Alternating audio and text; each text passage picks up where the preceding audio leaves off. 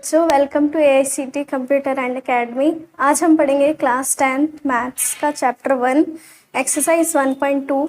तो स्टार्ट करते हैं क्वेश्चन नंबर 1 से। क्वेश्चन नंबर 1 में हमें बोला है prove √5 is a irrational number. आपको √5 को एक इर्रेशनल नंबर प्रूफ करना है। जैसे कि हमने इंट्रोडक्शन पार्ट में ये सीखा था थ्योरम थर्ड में, उसमें हमने √2 को प्रूव किया था। इसमें हमें सेम √5 के साथ करना है। तो स्टार्ट करते हैं। सबसे पहले हमें लिखना है let √5 is a rational number.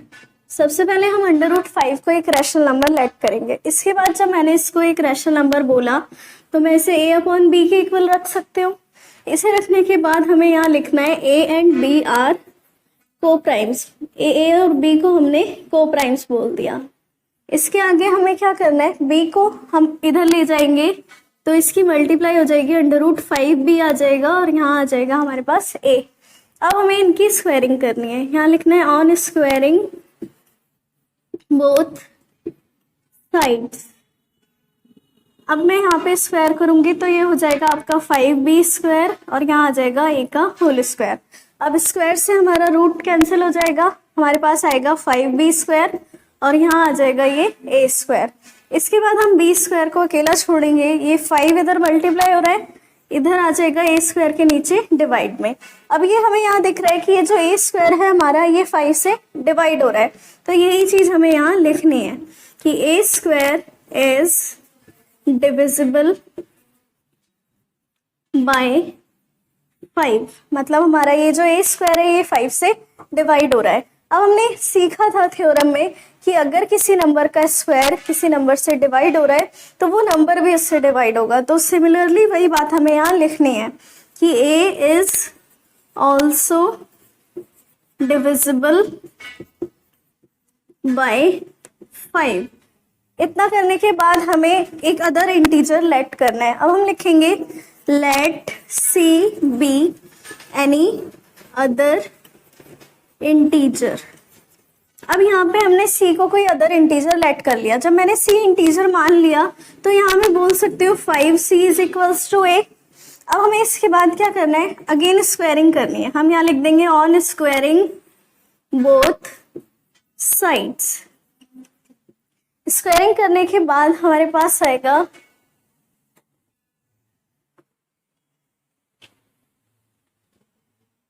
इसकी स्क्वायरिंग करेंगे तो हमें मिलेगा 5c का होल स्क्वायर और यहाँ मिलेगा a²। 5c का होल स्क्वायर करेंगे तो ये आपका 25c² होगा और a² की वैल्यू हमें इस इक्वेशन में दिख रही है 5b²। तो ये वैल्यू हमें यहाँ पे सब्स्टिट्यूट करनी है। अब इसको कैंसिल आउट करेंगे, 5 × 5, 5 × 5 = 25। हमारे पास आ जाएगा 5c² is equals to b² के। अब हमें अगेन c² को अकेला छोड़ना है और 5 को इधर ले आना है। 5 इसके नीचे आ गया। सेम कंडीशन हमने पहले वाली बना दी। अब हमें वही चीज यहाँ अगेन लिखनी है। ये जो हमारा b² है ये 5 से डिविजिबल है, तो हम लिखेंगे b² इज डिविजिबल बाय 5। अगर b² 5 से डिविजिबल है तो b भी डिविजिबल होगा। हम लिखेंगे b is also divisible by 5।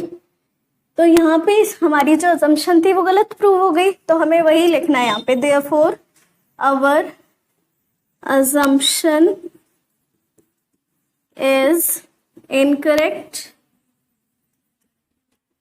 hence √5 is a irrational number। तो ये था आपका क्वेश्चन नंबर 1। अब आते हैं क्वेश्चन नंबर 2 पर। क्वेश्चन नंबर 2 में भी हमें सेम क्वेश्चन नंबर 1 की तरह करना है। Prove that 3 + 2 √5 is a irrational number. इसको इर्रेशनल नंबर प्रूव करना है। तो सबसे पहले हम अगेन लेट करेंगे। Let 3 + 2 √5 is a rational number. अब हमने इसे एक रैशनल नंबर लेट कर लिया तो अगेन हम 3 + 2 √5 के इक्वल में a/b लिख सकते हैं और अगेन हमें a/b को प्राइम्स मानना है। इसके बाद हम यहाँ पे ये 2 प्लस अंडर रूट 5 को 2 अंडर रूट 5 को एज इट इज छोड़ेंगे, ये 3 इधर प्लस का है, इसे इधर ले आएंगे तो ये माइनस में आ जाएगा। इसके बाद हमें अंडर रूट 5 को अकेला छोड़ना है, यहाँ पे हमारा ये 2 इधर मल्टीप्लाई हो रहा है तो इधर आएगा डिवाइड में, और यहाँ बचेगा ये a/b माइनस 3। अब हम देखेंगे कि ये पूरा ये जो a/b हमने यहाँ पे को प्राइम सेलेक्ट किया था, ये हमारे अंडर रूट 5 के इक्वल आ गए। और अंडर रूट 5 तो हम पहले ही प्रूफ कर चुके हैं कि इरेशनल नंबर है, तो जब ये इसके इक्वल है तो मतलब ये पूरा नंबर भी हमारा एक इरेशनल नंबर हो गया। तो बस अब यही चीज हमें यहाँ पे लिखनी है, हमें लिखना है since a and b are integers, therefore under root 5 is a irrational number since 1/2 a/b minus 3 is also a irrational number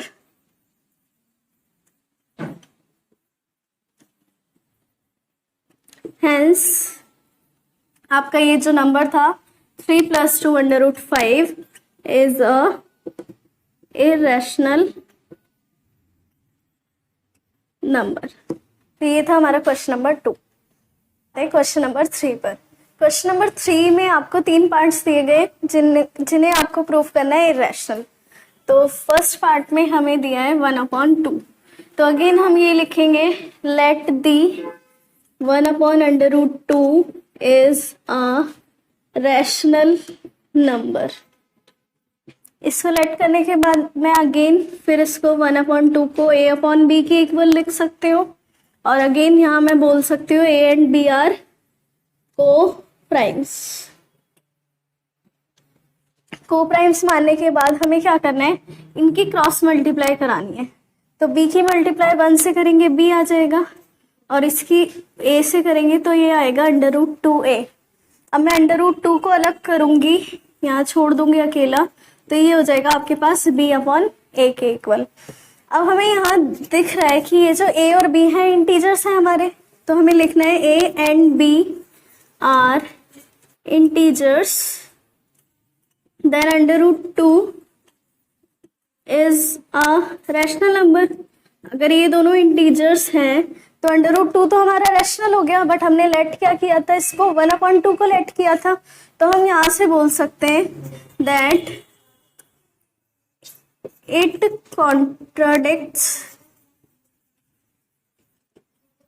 our assumption, मतलब ये हमारी अजम्पशन के अपोजिट जा रहा है। then 1/√2 is a irrational number। ये था इसका फर्स्ट पार्ट।